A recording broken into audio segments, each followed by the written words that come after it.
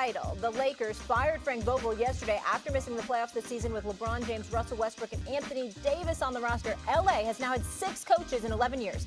Since the departure of Phil Jackson, it has made 1 conference finals during that span when they went on to win the Larry O'Brien. That was in the bubble. The Lakers held season-ending media availabilities yesterday. Here's LeBron James reflecting on the season that ended early. And it's not failure at all, man. Listen, we came to work every single day, put our hard hats on, and we try to get better every day. And the result just didn't happen for us. So, but it's not a failure. A core of you, Anthony Davis, and Russell Westbrook just need more time to grow. And should the prevailing wisdom be to bring it back? Well, I mean, that's not my decision. I mean, it's not my decision to sit here and say, well, this is what we should bring back and have on the roster. I mean, that would be the front office decision, and obviously, you know, they may ask for the input, but at the end of the day, like I said earlier, they'll make the decision if it feel that best suits this franchise going forward. Key, you're up first. This is your squad. So LeBron said this season was not a failure. Talk to me. Yeah, I stumble over those words because I really honestly think LeBron's just talking at this point. Okay. Because he knows clearly the season is a failure. Any season that LeBron James doesn't make a deep run in the playoffs or a run to the championship, it's a failure. On top of that, Stephen A. and Molly, what the Lakers did to acquire Westbrook, to put him with Anthony Davis and LeBron James after 19 months removed from winning a world championship, whether you like it or not, it was in the bubble. I don't care.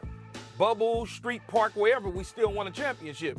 It's a complete failure. LeBron knows that. LeBron James is probably tongue-in-cheeking when answering that question. I mean, there's really nothing else for me to say. It was a failure. They've got to do a better job at putting pieces around LeBron. Okay, it's like a banana split, so to speak. You got 3 nice flavors of ice cream in the middle. They had bad bananas and bad toppings. They got to get rid of the bad bananas and the bad toppings. The 3 flavors is still there. Go out, get some young guns and some young talent on the cheap and put them with them dudes and go out there and play next year and see what happens. But the 3 flavors were melting.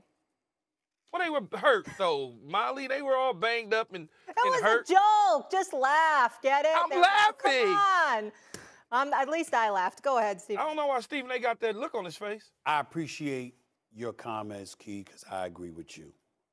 I'm just a little annoyed by it. It's like, LeBron, not you, not your comments, LeBron's comments. Okay. Yo, come on, LeBron. Let me look into the camera. I mean, yo, Bronny's watching, bro. The family's watching. The basketball world is watching. How could you say something so flagrantly untrue? How could you do that? Come on, bro. You better than that. LeBron James is one of the greatest players this game has ever seen. My brother, we will miss you when you are gone.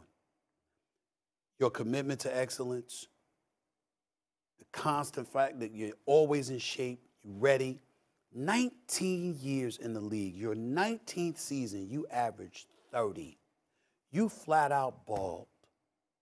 And you're going to sit up here and make sure, because we know you're going to do, because being the professional that you are, you did your exit interview, and now we ain't going to see you do no interviews with the media for a few months. We know how you roll, and rightfully so, because you're professional, and 99% of the time you show up there and you do your post-game interviews and you talk to the press. You fulfill your obligations. That's why you're the face of the league. That's why you're one of the most iconic figures this game has ever seen. You finished 16 games under 500.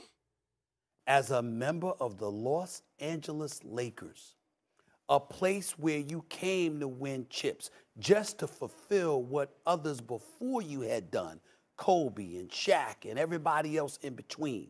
You finished 16 games under 500 in a playoff system that extended from 8 teams per conference to 10 teams per conference. You still missed the playoffs. And that's not a failure? You got to be kidding me.